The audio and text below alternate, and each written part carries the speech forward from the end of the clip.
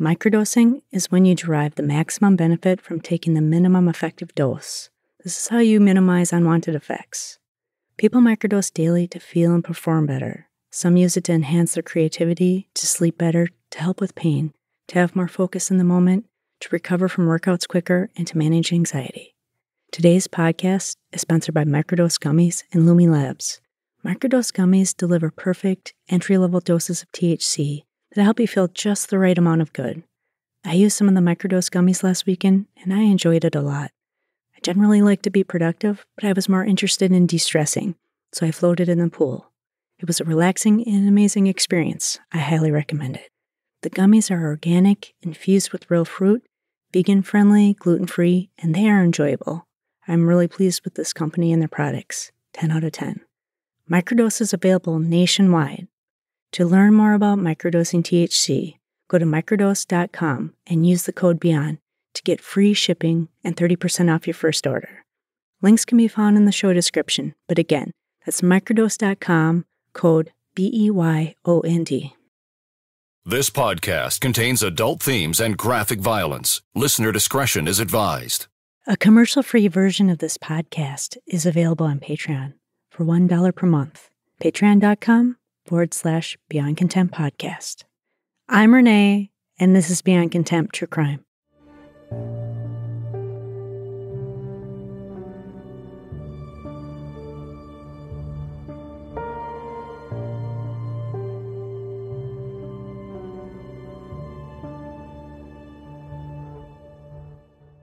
The Drive-By Truckers put out a 2010 album called The Big To Do. On the album, there's a song called The Wig He Made Me Wear, and it is the basic story of this case in under 6 minutes. Check it out after this episode. You're listening to episode 61, Matthew Winkler. Mary Freeman was born on December 10th, 1973. She grew up in the suburbs of Knoxville, Tennessee. Mary had a tough childhood when her sister Patricia contracted spinal meningitis. It was a debilitating condition, and her mind never progressed past that of a 5-year-old. Patricia passed away when she was 8.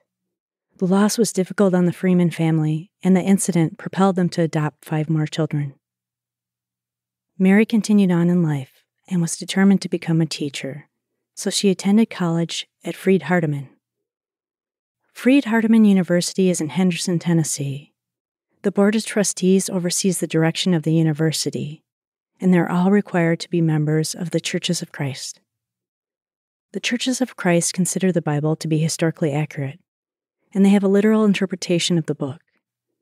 This was the setting in which Mary Freeman first met Matthew Winkler in 1973, and they initially formed a friendship. Matthew was a year younger and was born on November 21st, 1974. He grew up with 2 brothers, and the church was central to the entire Winkler clan. Matthew came from a long line of Winklers who were gospel preachers, including his great-grandfather, grandfather, uncle, and father. It was almost written in the stars that Matthew would pursue Bible studies at university. He was the guy who was clean-cut, charismatic, and popular within his friend group. Matthew was an athlete and never had a problem getting the attention of women. Mary was always the quiet one. Sometimes she smiled, but was a person more comfortable in the background.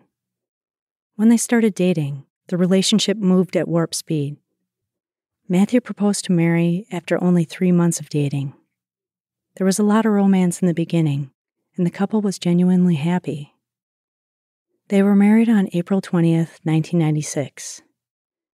Mary never finished her degree at Freed-Hardeman University. She took a job at the Piggly Wiggly while Matthew continued with his schooling. As the first few months of marriage progressed, there was a shift in Matthew's personality, and he displayed a stricter version of himself. According to Mary's sister, Matthew declared Mary would no longer be part of her family as it had been before.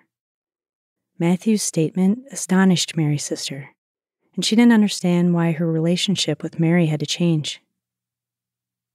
They had their first daughter, Patricia, in 1997.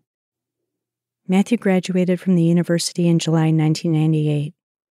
He landed his first job, and the Winkler family moved from Henderson, Tennessee to Baton Rouge, Louisiana.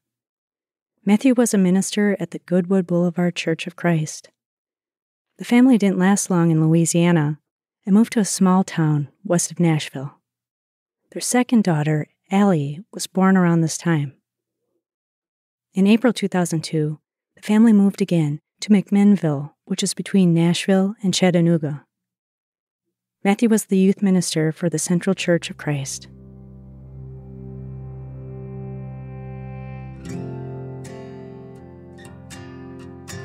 In 2005, the family moved again to Selmer, Tennessee, which is south of Jackson, and was named after Selma, Alabama. Selmer, Tennessee is very emblematic of many of the small towns in West Tennessee. The population is less than 5,000. There is a low median household income and a high poverty rate. Selmer has a few fast food establishments like McDonald's and Sonic, and not much in the way of fine dining. And of course, there are the other standard small-town West Tennessee businesses: the Walmart, the Dollar General, a smoke shop, a liquor shop, a gun shop, and churches galore. Matthew was going to be the pastor of the 4th Street Church of Christ. Their third daughter, Brianna, was born around this time. Mary was busy raising the girls, but was also taking college courses.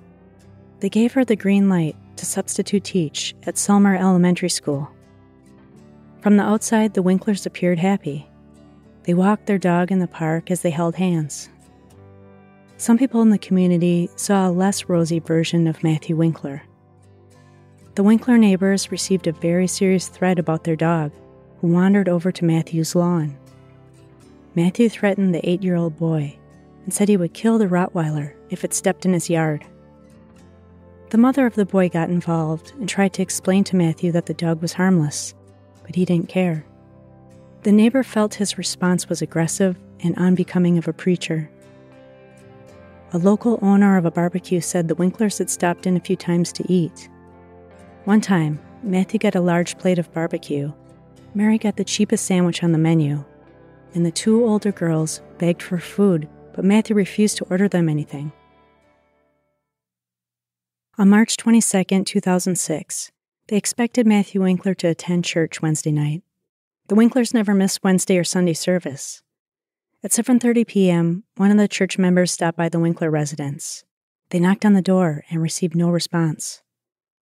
This person left and returned at 9:30 p.m. with a few others from the church as they were growing concerned. As a group, they tracked down the Winklers' hidden house key and went inside. They found a very deceased Matthew Winkler laying on the bedroom floor. There was no sign of Mary or the girls. The Toyota Sienna minivan was missing as well. The police were worried that someone murdered Matthew and kidnapped Mary and her daughters. Investigators discovered Mary had not worked that day, and the 2 older daughters did not attend school. Softball practice was missed, and finally church too. The Tennessee Bureau of Investigation got involved and arrived in Selmer later that night. They issued an Amber Alert around 3 a.m. What investigators had yet to figure out was Mary was driving the family minivan toward the Gulf of Mexico. She was in Ocean Beach, Alabama, when she made an illegal U-turn. A police officer pulled her over and ran a check on the license plate, which showed an active warrant. Besides the 3 young girls sitting in the back of the car, there was also a shotgun that was in its case. They arrested Mary in the parking lot of a Winn-Dixie grocery store. When Mary Winkler spoke with police, she had little emotion. She said she shot her husband after they had an argument. Mary told police that Matthew was critical of everything she did, from the way she walked to the way she ate. She said, "I was tired of it. I guess I got to a point and snapped, so my ugly came out." Mary knew Matthew kept a shotgun in the house, but didn't remember going to get it. The next thing she knew, there was a loud boom. Mary said, "I heard the boom, and he rolled out of bed onto the floor." She also said, "I saw some blood on the floor and some bleeding around his mouth. I went over and wiped his mouth off with a sheet." He asked her why she did it, and she said, "I told him I was sorry and that I loved him, and I went and ran." Matthew sustained 77 pellets in his back, since the shotgun had been loaded with birdshot. His spine had been shattered and his internal organs were extensively damaged. When police dug deeper into the Winklers' affairs, they realized there were significant financial issues. Their third daughter was a premature birth, and the couple sustained more medical bills than would be normal. Their older daughter accidentally hit the middle daughter when she was swinging a golf club. The result was another medical bill they couldn't afford because of the hospital stay. To compound on the financial stress, Mary also lost her mother to cancer that year. But the biggest event of 2006 was when Mary Winkler fell for a Yahoo Boys scam. These scams are facilitated over email, and they offer the target of the scam a large amount of money if they provide a small upfront investment. Mary believed she was playing the middleman for an oil deal. She received $18,000 worth of checks from someone in Canada. She sent out $5,000 worth of money from her checking account. Of course, all the checks she received from Canada bounced, so her account was overdrawn by $5,000 on March 21, 2006. Her bank wanted to know why this happened. Mary wanted them to remove Matthew from the joint account, but Regions Bank said they could not do that. The bank expected to meet with the Winklers the next day over this issue. When Mary was at her job at Selmer Elementary that day, her peers said she seemed agitated and nervous. One teacher was upset with Mary because she was spending so much time on her cell phone. This was not the way to kick off her first day at a new job. But her bank had been calling and wanted information about her overdrawn account. That night, the Winklers ordered Pizza Hut and watched some TV before they put the kids to bed around 8 p.m. Then the argument about the financial situation started. Mary said the money issues were her fault because of bad bookkeeping. She remembered not sleeping well that night. The next day, they found Matthew dead with a mortal shotgun wound to his back, and Mary was on the run with the girls. Some people in the Winklers' circle thought the situation was a little more complicated than the financial scam. Mary's friends said she never spoke about the abuse, but felt her fear of Matthew was increasing. One person saw her come to church with a black eye. In retrospect, people didn't have hard proof that Matthew caused the black eye, but they saw her behavior change around him. It was like someone had flipped a switch when he walked into her room. She lowered her head and clasped her hands in a submissive posturing. Mary claimed she received the black eye from playing with the girls. Another one of Mary's friends said Matthew was in charge and made all the decisions. He was domineering and ran the show in their household. A secretary of the McMinnville church said Matthew seemed nice at first, but then demanding and cruel elements of his personality emerged. He treated other church staff as if they were beneath him. When the Winklers lived in McMinnville, Matthew screamed at one of his neighbors in 2003 because their dog was barking and kept him up all night. Matthew lost control and was shouting and waving his hands. The neighbor said that Matthew Winkler couldn't be reasoned with. Mary's sisters were uncertain how to deal with the increasing authority that Matthew exercised over their sister. They were concerned if they confronted the situation, that it would only worsen. They did not like that Matthew kept their sister from seeing her family, and she was hesitant to show affection towards her sisters. On March 28, 2006, they held funeral services for Matthew Winkler at the 4th Street Church of Christ in Selmer, Tennessee. They buried him at the Carroll County Memorial Gardens in Huntington, Tennessee. His 3 daughters attended the funeral. They were being cared for by Matthew's parents. Productivity. We all want to be efficient and do more with our time. I struggle with this in the mornings as I don't enjoy getting up, and I'm usually foggy when I start work. But I want to introduce you to a drink that helps with procrastination and grogginess, called Magic Mind. Magic Mind is a green shot that you take in the morning, which you can take alongside your coffee, or not. I work hard on my day job, and I create content for this podcast in the evenings. It takes a lot of focus and energy to get everything done. I found that Magic Mind is easy to use, it tastes great, and it's helped my focus. There are a lot of top-notch ingredients in this drink, including lion's mane and cordyceps mushrooms, which help with clarity and focus. I would really encourage you to try it out, especially if you're having trouble getting it together in the morning. Check them out at magicmind.co/contempt. You can use my discount code CONTEMPT20 to get 40% off your first subscription or 20% off your first one-time purchase. My 40% off code only lasts for 10 days, so jump on it. That's magicmind.co/contempt. Discount code CONTEMPT20. They extradited Mary from Alabama back to Tennessee, and she remained in prison until August 15, 2006. They set her bond at $750,000. Mary's high bond was likely due to shooting Matthew in the back. She also disconnected the bedroom telephone so he could not call for help, which guaranteed he would not survive the incident. Mary's father posted bond, and she lived in McMinnville, where she worked for a dry cleaning business called Cleaners Express. While out on bail, Mary made some poor decisions because she didn't realize how big her case was becoming, and public opinion was split. Was she an abused preacher's wife or a calculated murderer? The defense attorneys wanted to portray her as being a victim of a domineering husband who had an out-of-control libido. They said he forced Mary into watching porn that she didn't want to watch, dressed her in ways she didn't want to dress, and forced her to have sex in non-missionary style positions.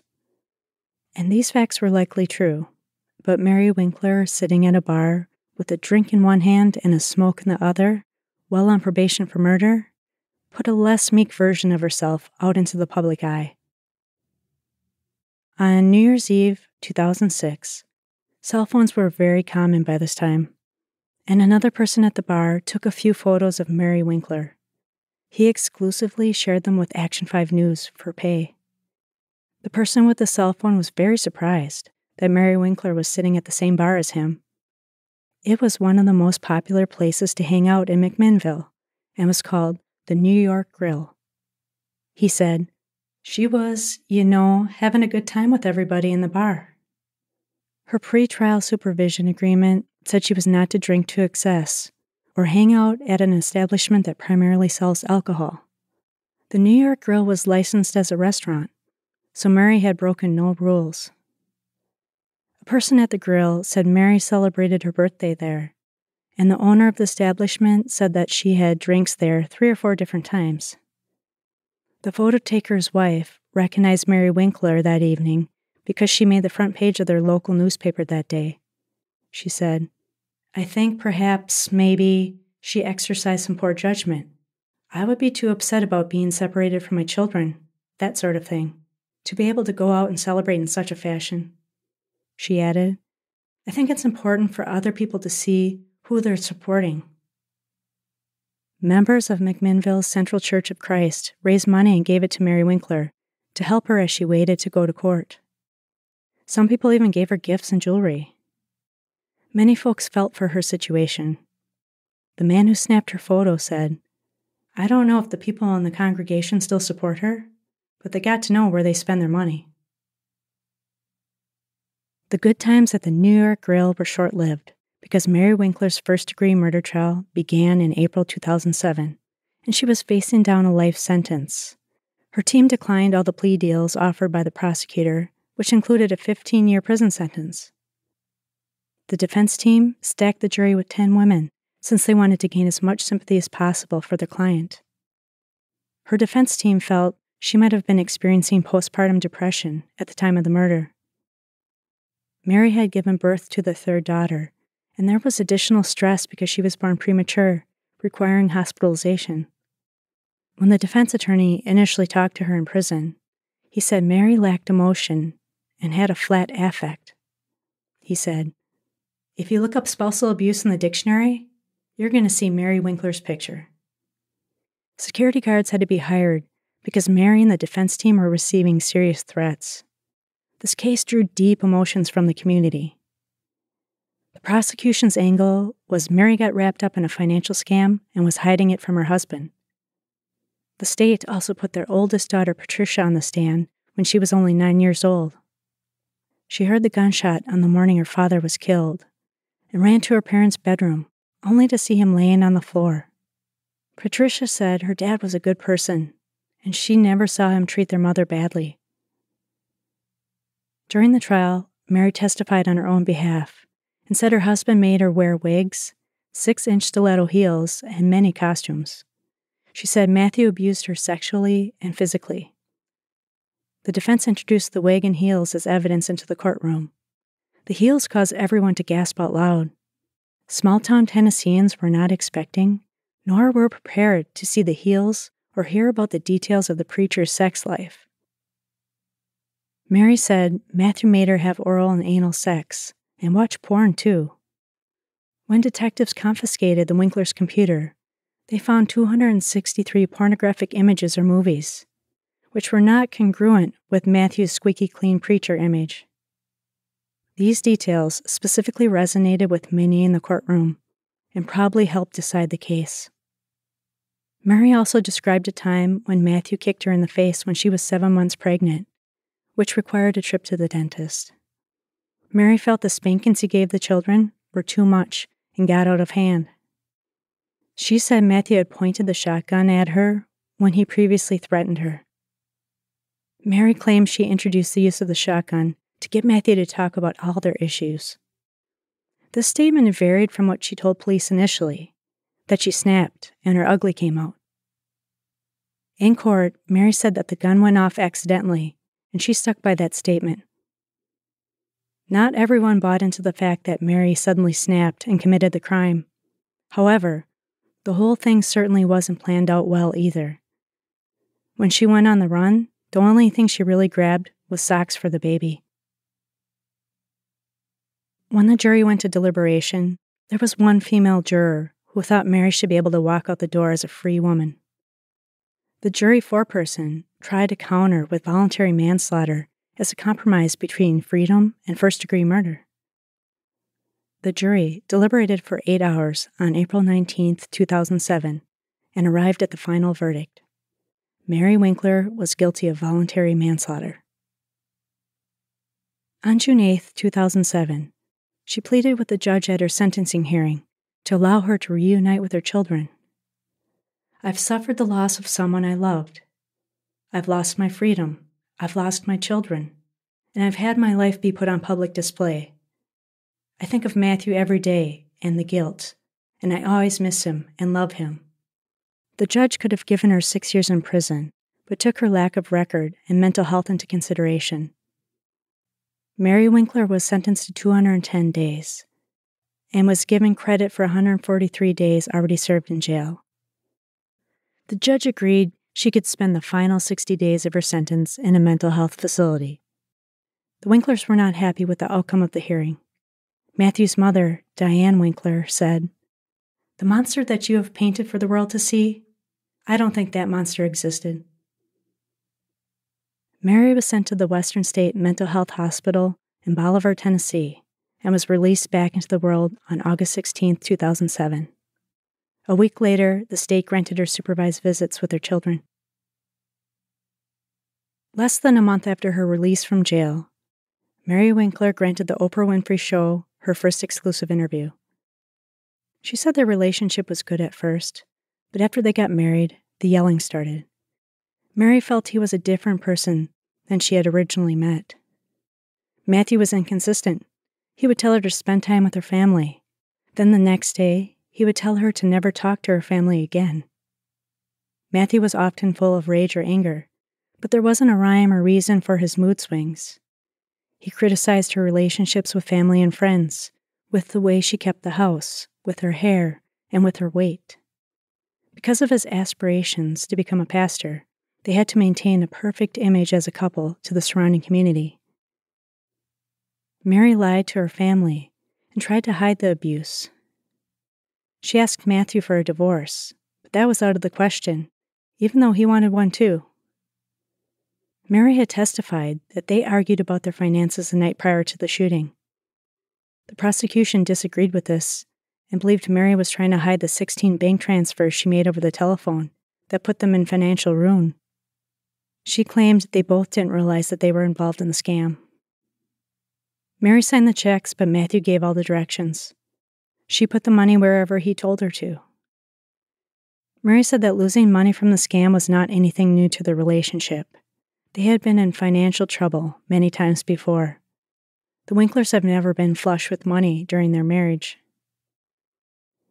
On the morning of the shooting, Mary said their 1-year-old daughter was crying, and Matthew was so irritated that he literally kicked her out of bed. He stomped over to the baby's room and tried to cover his daughter's mouth and nose to get her to stop crying. She took their daughter back from Matthew and quieted her down. Mary said she went back to her bedroom, and before she knew it, she had the shotgun in her hands. Mary didn't know how to shoot a gun and didn't know if it was loaded, but she was trying to get his attention. Mary had enough of his meanness. She didn't remember taking aim at her husband with a gun. Even after his death, Mary told Oprah that she still loved her husband. Mary Winkler was in the middle of a custody battle with Matthew's parents. They tried to end her parental rights and adopt the 3 girls.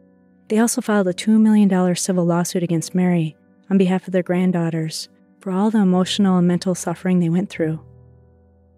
By the time 2008 came around, Matthew's parents gave up and let Mary have full custody of her 3 daughters that August. There was a trust that had been set up for the girls. Matthew's parents spent money out of the fund without consulting the court system. At one point, there was $226,000 in the account, and they had drained it down to $11,000. The judge ordered Dan and Diane Winkler to pay back $175,000 to the fund. Doctors diagnosed Diane Winkler with multiple sclerosis. She wanted to go back to school and make a better life for her family, but this diagnosis was going to be a challenge. Mary had been accepted into nursing school, but her physical and occupational therapists recommended against this profession, as it required a person to be on their feet all of the time. Matthew's parents set aside their differences and helped Mary with the girls. She was having an MS flare-up, and the Winklers helped by taking the girls for a few months. It was last reported that the Winkler daughters were living in McMinnville, outside of Nashville, Tennessee. Thank you so much for joining me for this episode of Beyond Contempt. Please visit BeyondContemptPodcast.com for the links to the sources and music used in this episode. Research, writing, editing, audio production, and sound design were performed by me, Renee. If you like the show, please leave me a positive review in Apple Podcasts or Spotify. Thank you so much, everyone.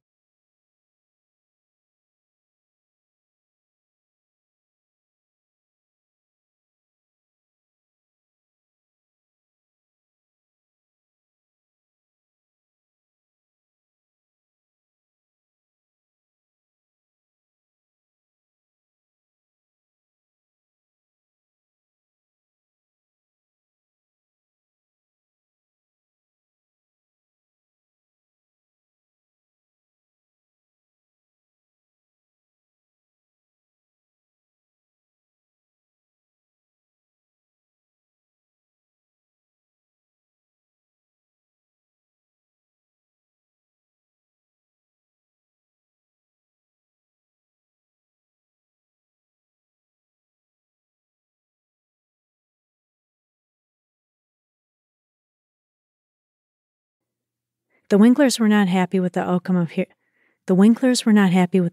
the hearing. Matthew's mother, Diane Winkler, said, "The monster that you've painted for the world to see, I don't think that monster existed."